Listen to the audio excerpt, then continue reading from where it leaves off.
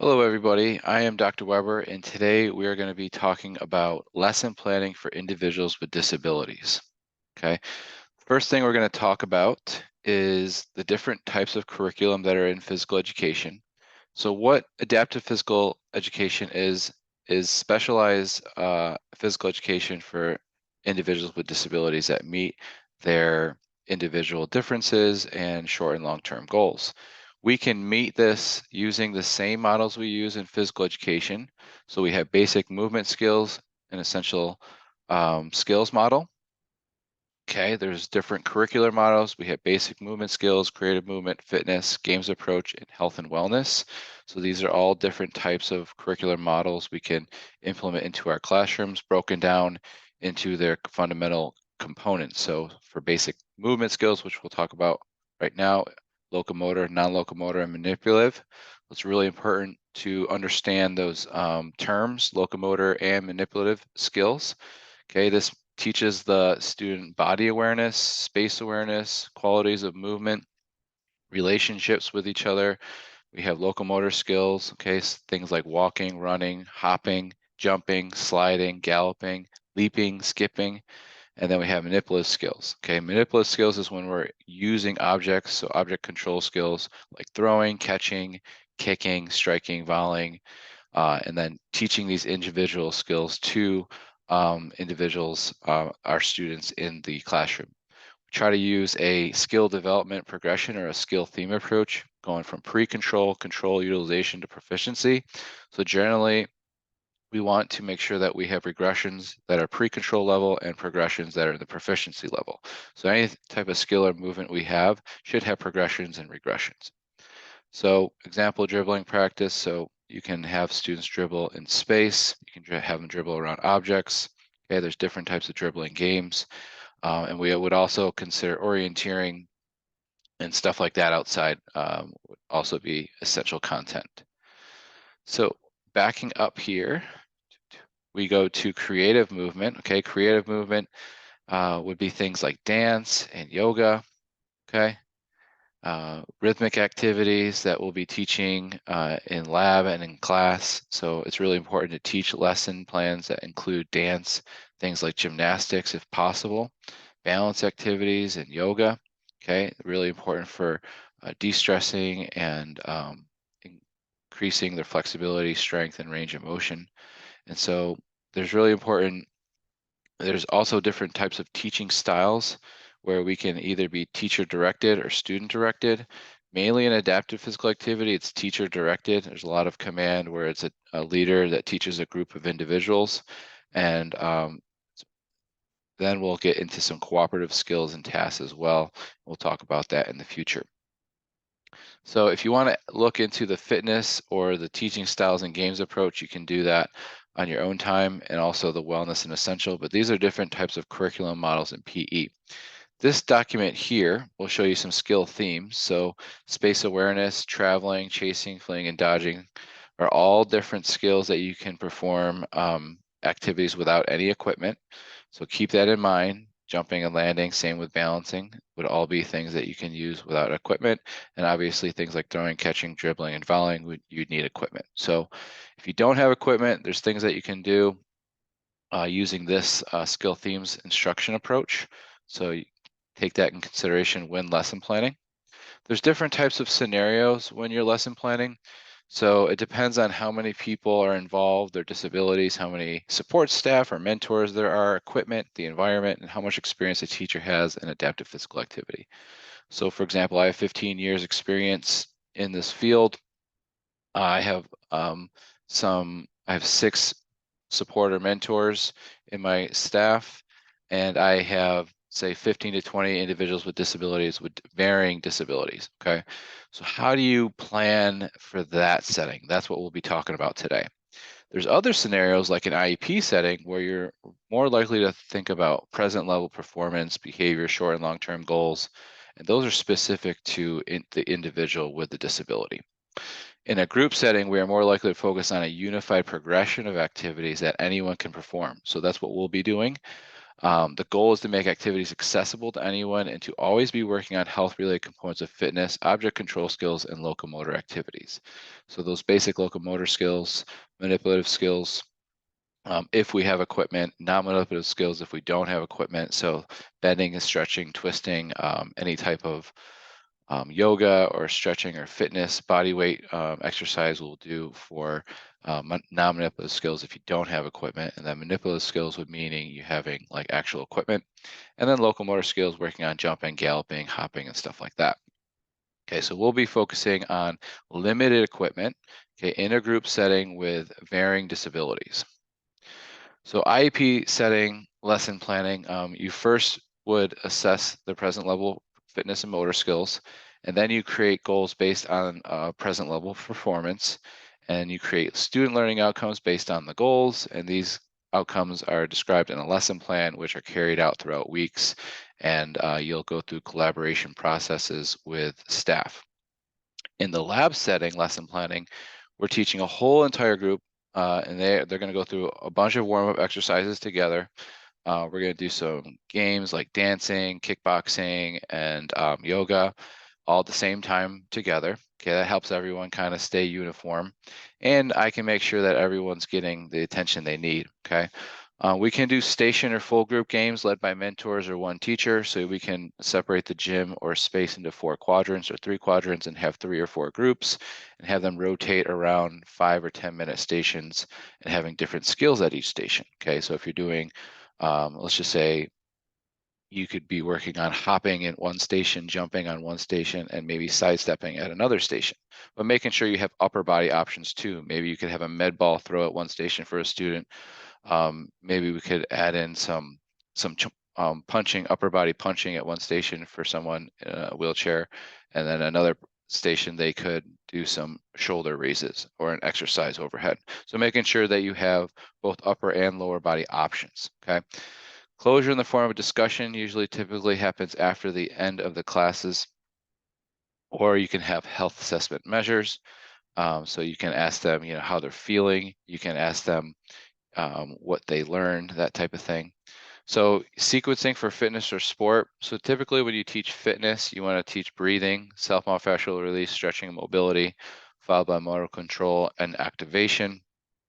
And after that, you go into a dynamic warm-up and agility, power, strength, and conditioning. For sport, we look at basically, if we're teaching a sport, we want to do stretch and strength, dance or kickboxing as a dynamic exercise, a theme or game or sport skill, followed by sports skill progression, followed by some mini games. So this is just some different types of sequencing for fitness and some sport games. Okay, swimming is going to be a little bit different. You're going to want to meet the lifeguard first. You're going to put your clothes on the bench. You're going to begin warm up outside the pool, mobility, stability, strength. Okay, go to your lane, get thumbs up from lifeguard. Okay, warm up, bob head, push and pull the side, tempo lap swims, swimming skills, and tempo continuous laps, followed by free time. So different types of sequencing for the pool and for the gym. Okay, if you are planning for fitness, okay, this is the order. If you're planning for sport, this would be the order. Okay, if you don't have equipment, we'll talk about what to do in a little bit. So first, when it comes to lesson planning, you want to ask yourself what and why. So why this is a summer camp for people with disabilities. It's really important to give these individuals that are in the community a chance to meet college students who have plans and strategies to work with them. And what are we going to be teaching? We're going to be teaching dance, yoga, fitness, kickboxing, and cooperative games. And we don't have a lot of equipment. So you got to think of what we're going to be teaching. Standards will apply to the learning outcomes and the student learning objectives using the domains of learning. We'll talk about that. We'll talk about assessment and student learning outcomes using ratings or scales or scoring systems. And then we'll talk about sequence of lesson planning using warm-ups, sport and fitness activities, and cool downs. So either teaching sport or fitness, but if you don't have any equipment, we'll talk about what you can do. So reflection, how did it go? What do I need to improve on? So these are the key components of lesson planning. You have different types. You have the IEP, you have general PE lesson plan, and then you have lesson planning for this class. So it's a little bit different when you look at all three different types. So here's the lesson planning template. This is what we'll use to create our lesson plans. You'll fill out the top form. The equipment is only going to be mats, 30 mats. We have 50 cones, and we have a radio. That's all we have. Okay. Source of the lesson, you can use any resources you get from this lesson planning PowerPoint and module. The unit goals, okay, are going to be, the camp goals. So to, to have fun while participating physical exercises in a unified group setting would be the goal. Lesson summary would be, you're going to be performing some stretching, breathing, dynamic movements, kickboxing, dancing, and cooperative games. Lesson big main idea and focus is going to be, maybe it is the cooperative game, maybe it is the kickboxing, maybe it is the dance, whatever your specialty area is. So putting more time around one of those 4 options, whether it's yoga, fitness, dance, or cooperative games. And then academic language. What language do you want them to come away with after partaking in your lesson? You're going to look at the standards from the state. If they're not there, don't worry about it. You should be able to go here, which is what we want to be able to use. I'll try to fix that other link. But what you're going to do is just go down this list here. You'll see on the left-hand column, it'll say K1, 2, 3. And what each of those means is the grade level. Okay. And just take note that we work with all different age groups, so we can take objectives from any different grade. All right, we go back here. Just want to show you something real quick.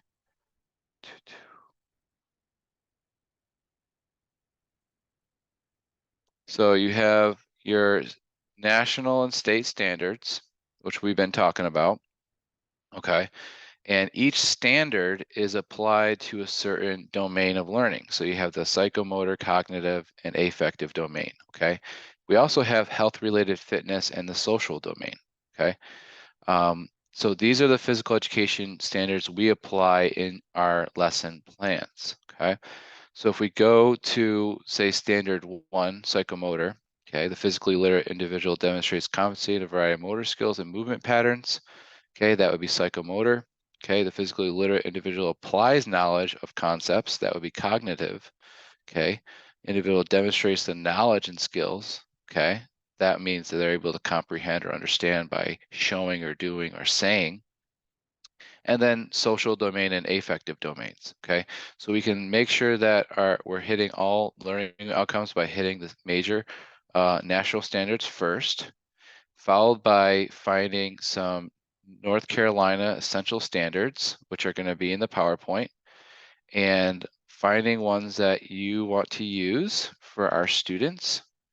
And you can just pull and grasp just a couple of these that apply to your lesson plan, okay? So maybe it is, let's just see, this use basic and advanced skills to participate proficiently in at least 3 of the following activities: aquatics, team sports, individual sports. Okay, that's 9th grade, so it might be a little bit higher level. So we might go 4th grade, create movement skill sequences commonly associated with various sports and activities. Okay, apply basic manipulative skills. So we don't have any thing to manipulate, so we won't be able to do that. Let's see. Oh, here we go. Generate smooth, timely transitions between sequential locomotor skills. So if you were going to add in locomotor skills in your dynamic stretching, you could just take this here and apply that to your lesson plan. Okay, so that's what we mean by pulling standards and objectives from these sites into your lesson plan. Okay, so if we go back to the lesson plan template, you'll see that we have standards here, shape standards and national and your state standards. So you'll apply both there, and then you'll create learning outcomes based on those standards and based on those learning domains that it applies and hits. You'll add the number of the shape or North Carolina standard in this column. Then you'll start your lesson plan. So you'll start first with a set induction or warm up, followed by the warm-up description and what's going to happen. In our warm-up, we are going to add breathing, mobility, balance, motor control, and dynamic stretching, followed by power or explosive movements if possible. Okay, then we're going to get into our task 1, which will be our dance, or our kickboxing, sorry. And then we will go into task 2, which will be dance. And then task 3 will be a cooperative game. And task 4, or the closure, will be what we'll say at the end of the class. Break it down, any type of assessment or questions you have for the students in all 3 of those domains, you'll ask here. And for each task, you'll write in any extensions, refinements, IEP modifications, or any type of assessment you have for each task. Okay, so that is going to be the order. In your warm-up, you should have breathing, mobility. Basically, think of it as a yoga class. If you don't want to think of it as a yoga class, just think of it as a breathing, mobility, a stretching class, basically, okay? And then you'll create a 60-minute lesson plan and be prepared to teach at least 15 minutes of it in class, if not the whole lesson plan, okay? Now you'll write in your reflection after you teach the lesson, and then you'll upload it when it's totally complete. All right, and so you'll go through that process of a warm-up, kickboxing, dance, and cooperative game. You just have to find the resources to create these warm-ups, create these kickboxing activities, dance activities, and cooperative games. Remember, we only have a radio. Okay, so I'll put this here, a radio with Bluetooth, so you can tie in your Spotify if you want. We have 30 mats. We have about 50 cones. Okay, so that's what we're working with. And we have med balls for people that utilize wheelchairs. Okay, and if we need to get any other adapted equipment, you'll have to let me know what we need.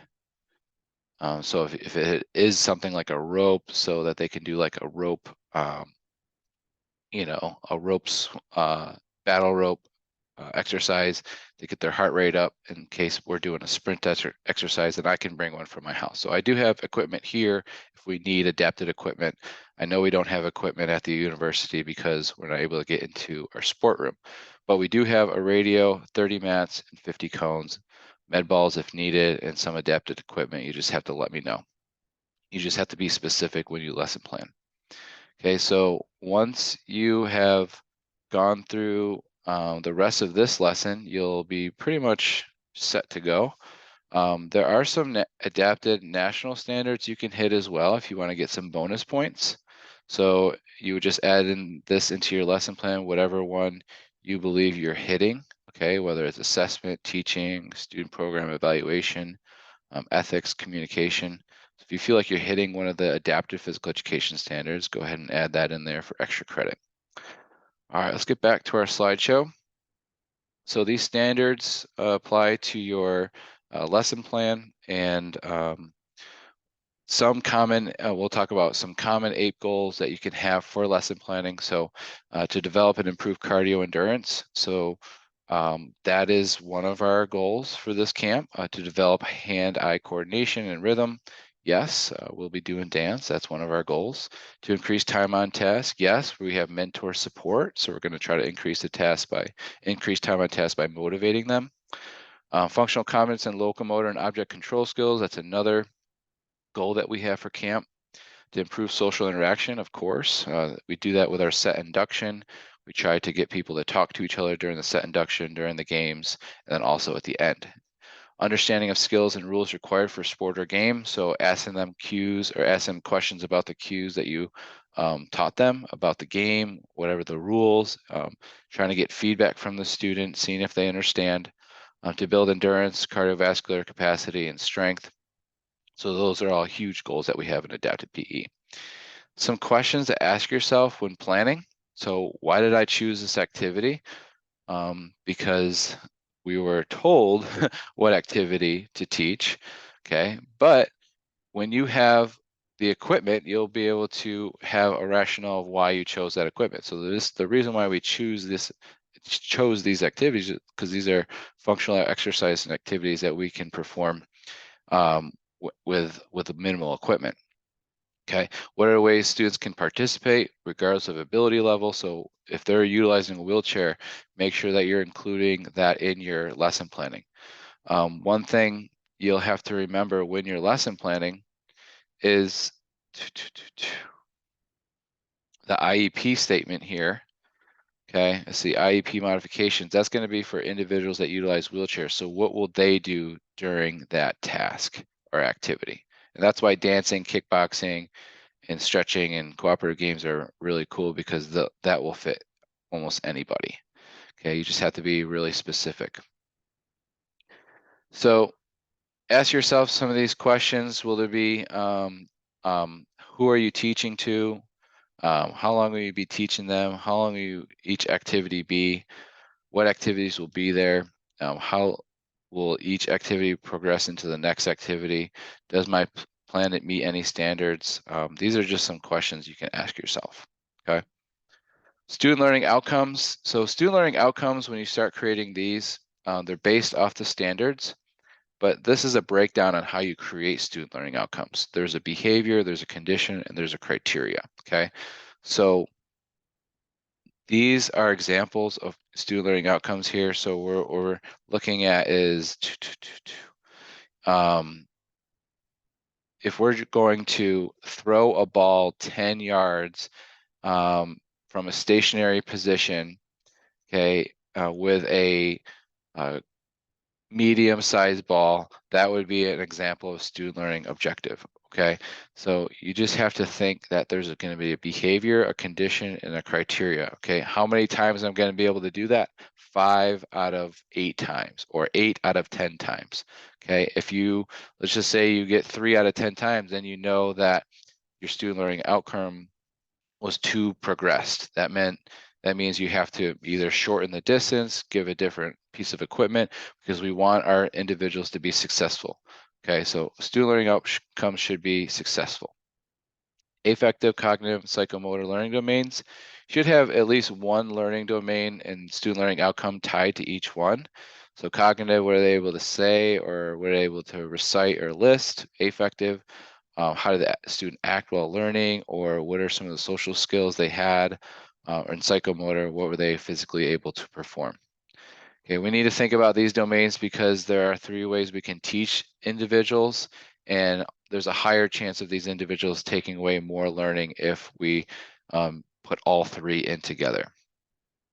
Okay, this is a little bit more information on all 3 domains. Okay, psychomotor, all different types of physical abilities, cognitive, learning abilities, and social, emotional domain, which would be your affect. Okay, here's some more examples. So for psychomotor, students will be able to copy the teacher's demonstration of an overhand throwing technique.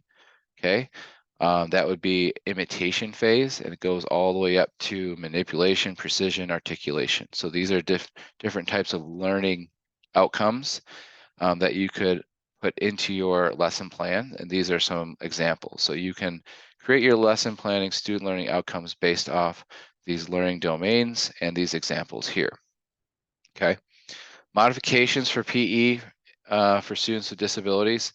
So the modifications should increase the student's level of participation.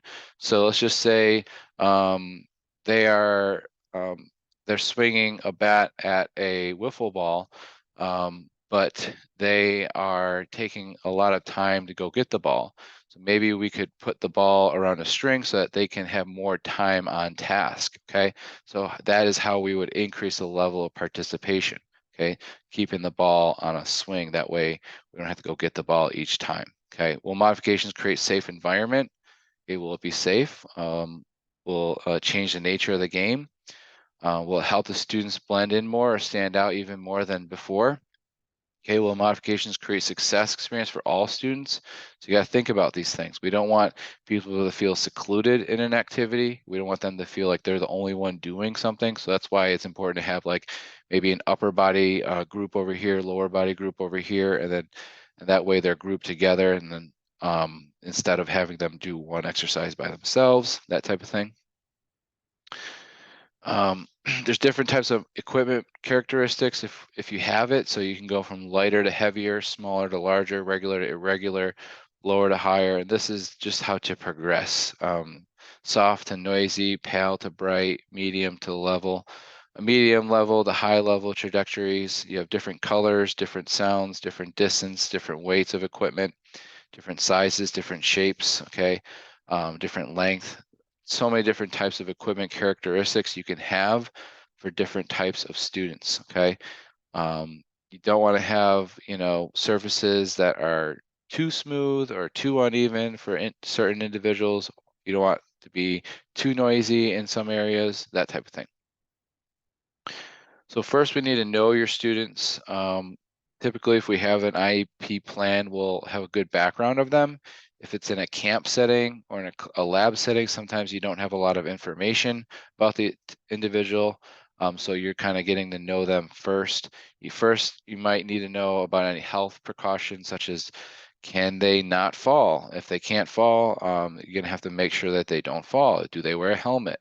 Do they throw objects? Are they weight bearing or not? Do they have seizures? Okay. Do they overheat? Do they have safety glasses, medications? And there's many more things we can think about. For people with multiple disabilities, we need to be very patient. Okay. It's really important that we just try to go at their pace, be flexible, use huge equipment if you can, brightly colored equipment if you have it, big visuals, polyspots, cones, and ropes if you have them. Try to organize the equipment around them, modify the equipment, use sound, physical, verbal prompting, lots of clapping, lots of facial expressions. Give them task cards so that they can choose what they want to do, or stations that help them with focusing on one thing at a time, and then include lots of positive enforcement. For students who utilize wheelchairs, ask them questions, ask them how they feel about it. Don't ask their teachers or assistants. Sometimes people will bypass the student in a wheelchair because they don't think they have the cognitive capacity. It doesn't mean they have limited cognitive capacity if they're in a wheelchair. Just remember that. Get them out of their chairs if you can. Safety first. Try stationary things, slower moving balls, so don't just throw things very fast. Vary the distances if needed. Use longer, lighter equipment. Lower the goals if you can. Use alternate motions for locomotor patterns. Clap out the rhythm for varying speeds. So using a lot of animated teaching. For people with cerebral palsy, use balloons or beach balls. Those are great for getting them for range of motion and getting them reaching. Tie around their wrist with a string. That usually helps too. Modify the games or rules that suit their needs. Employ multi-sensory strategies. So whether it's visual, auditory, motivational, whatever it is, using checklists, structure, anything you can. Enlarge the targets, make the targets huge, bigger than normal, big as you can. Be extravagant, be phenomenal, be exciting, okay? Use extension for tag games. So if we're doing a tag game, give them a noodle so that they can tag other people with a noodle, give them a chance to help tag people. Use large scooters or create a boat of scooters tied together if you have scooters. Focus on grasping and releasing skills, pushing and pulling. And with bands and trying to get those arms as far away from the midline as possible. So whatever you can do to get those shoulders rotating, those elbows bending and extending, those wrists moving, their spine moving, rotating, bending, and flexing. Okay. So locomotor patterns like bear crawling and crab walking or log rolling or rolling on your back are going to be great for these individuals. Push-ups on your knees, hands and knees push-ups, downward dog, those types of things will be fine for some of them. Okay, some of them won't be able to. It depends on their level of CP. Visual impairments, safety is always first. Keep the area clean, avoid overprotecting them. Notify if there's any changes. If you see them weekly or bi-weekly or whatever it is, making sure that they know if there's any changes to the atmosphere. We might go from one gym to the other gym. They're not going to be aware. They're going to be you're going to have to reteach them where they are in space and time. So provide physical assistance only if necessary, and always tell them that you're going to touch them if you're going to help them, and say, hey, is it okay if I help you? Increase size of equipment. Use brightly colored equipment. Use beep balls or bell balls so that they can hear it. And then if they have some visual, if they have some visual skills, they'll be able to see some objects, but that's why they have to be really bright, really big, um, and make sure that they can see them. For people that would have hearing impairments, stay determined, have a determined start and stop signal for them. Make sure that you have either, whether it's holding their hand or light prompts, use visual demonstrations. If you can, light prompts, stand still when giving directions. So if they're watching you, they're going to be looking at your mouth to see your voice, to see what you're saying. So people with hearing impairments do a really good job at looking at someone's lips and reading their lips. Okay, so learn basic signs if you can for people with hearing impairments, and then be aware of any balance issues they may have. They're very good at imitating, so as long as they can see you, and you use a lot of hand directions, they'll understand. For people with Down syndrome or intellectual disability or traumatic brain injury, these are cognitive delays, so you need to be really positive, avoid stress and neck rotating and bending really hard, okay, especially with people with Down syndrome. Okay, highly structured environment, brief instruction, visual instruction, demonstration set up for success, not failure. Be consistent and motivate them, and keep it simple and short, okay?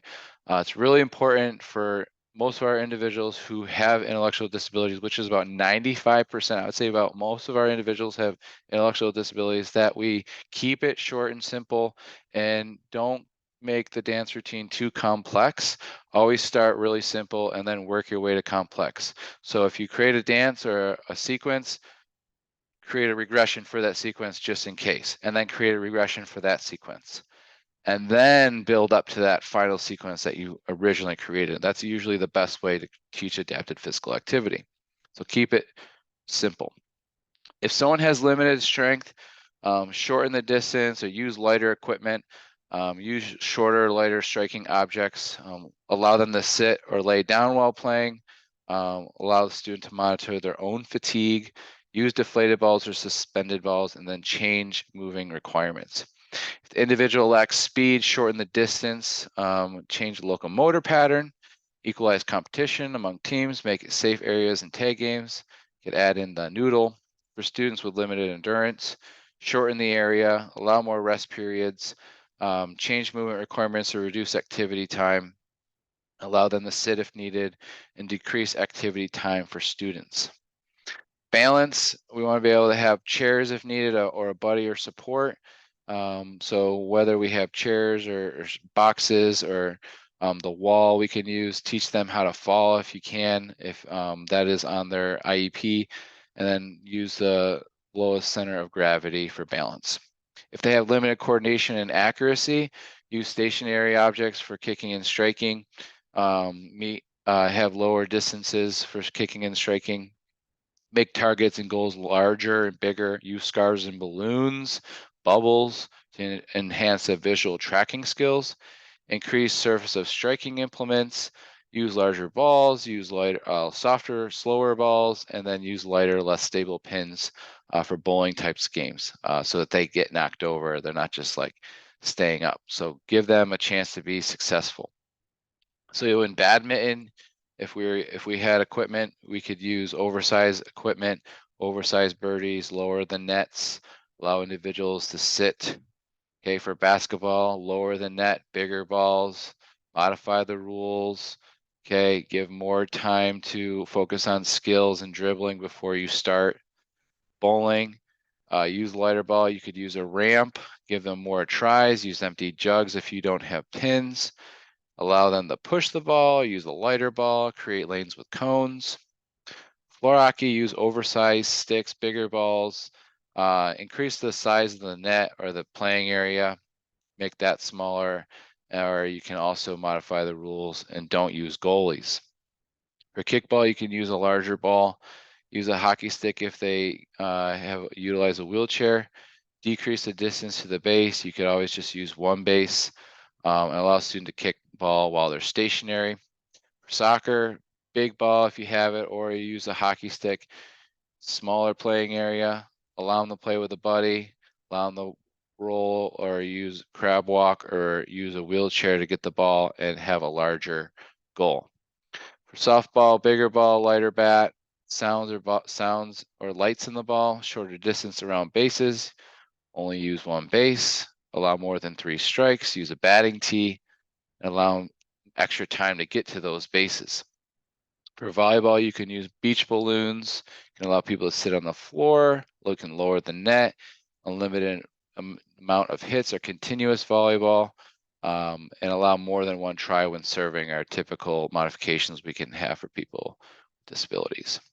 So more resources here from Support Real Teachers, which gives you videos, links, talks about the IEP in depth, Shape America, also all your adaptive physical activity websites, YouTube channels, okay? Check out all these great teaching strategies as well for people with disabilities, general modifications for environment, equipment, and rules, special modifications for autism, hearing, and vision, and videos, okay? Activities and lessons. Okay, you can lesson plan straight from here. Okay, journals, disability awareness activities, inclusion. So awesome stuff here. Awesome job. Support Real Teachers. Thank you. So that's how you can create your lesson plan. There's a guide here I've created too. Just go over all your breathing exercises in a video to go along with it. Okay. And all the videos and playlists you can see on Jordan Weber Training. I have activation, med ball, upper body. All of it will be located here. The guide will go over the actual exercises, okay, for breathing, stretching. So basically your warm-up, mobility, yoga, stability, dynamic, ladder drills, all the way to kickboxing and dance. All the way to sports. I got tons of stuff here. So lots of information there. An example lesson from previous classes using an old formatted lesson plan. So don't use this old formatted lesson plan, but these will give you some good ideas at least, okay? And videos that go along with them. So you can watch them actually teach them, okay? Next, what we're gonna do is, all right. So what we're gonna do now, all right, is go over this second resource I just added. All right, let me see if I can get this off the screen.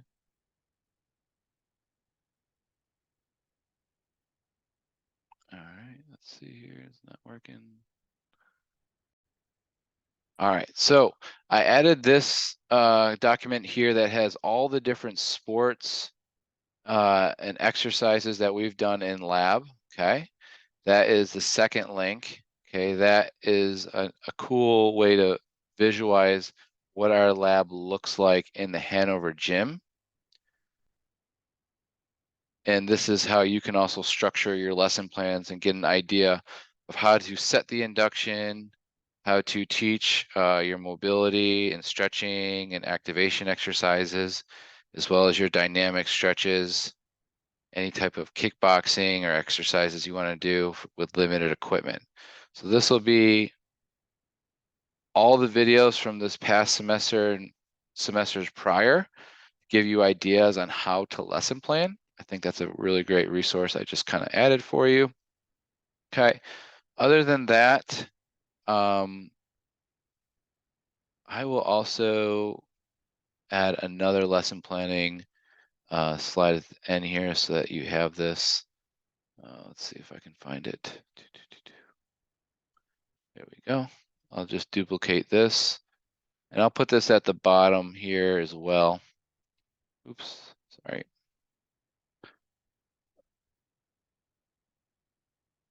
All right.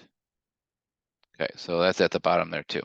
All right, so if we go to our module, all right, let's see if we can find ourselves here. Back up out of here.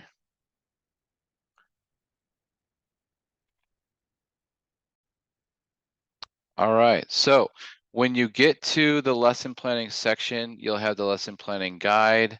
That will help you, and you'll also have the lesson plan template, and you'll submit your lesson plan to the lesson plan assignment, okay? You're also gonna have some videos and lectures to help you with this assignment beside this video. So I'll be uploading those in the meantime. Beside that, you have your discussion board. There'll be some more prompts for that assignment in this clickable link here. And then just go ahead and read your lesson plan assignment and perform that research table. If you have any questions, please let me know. Talk to you later.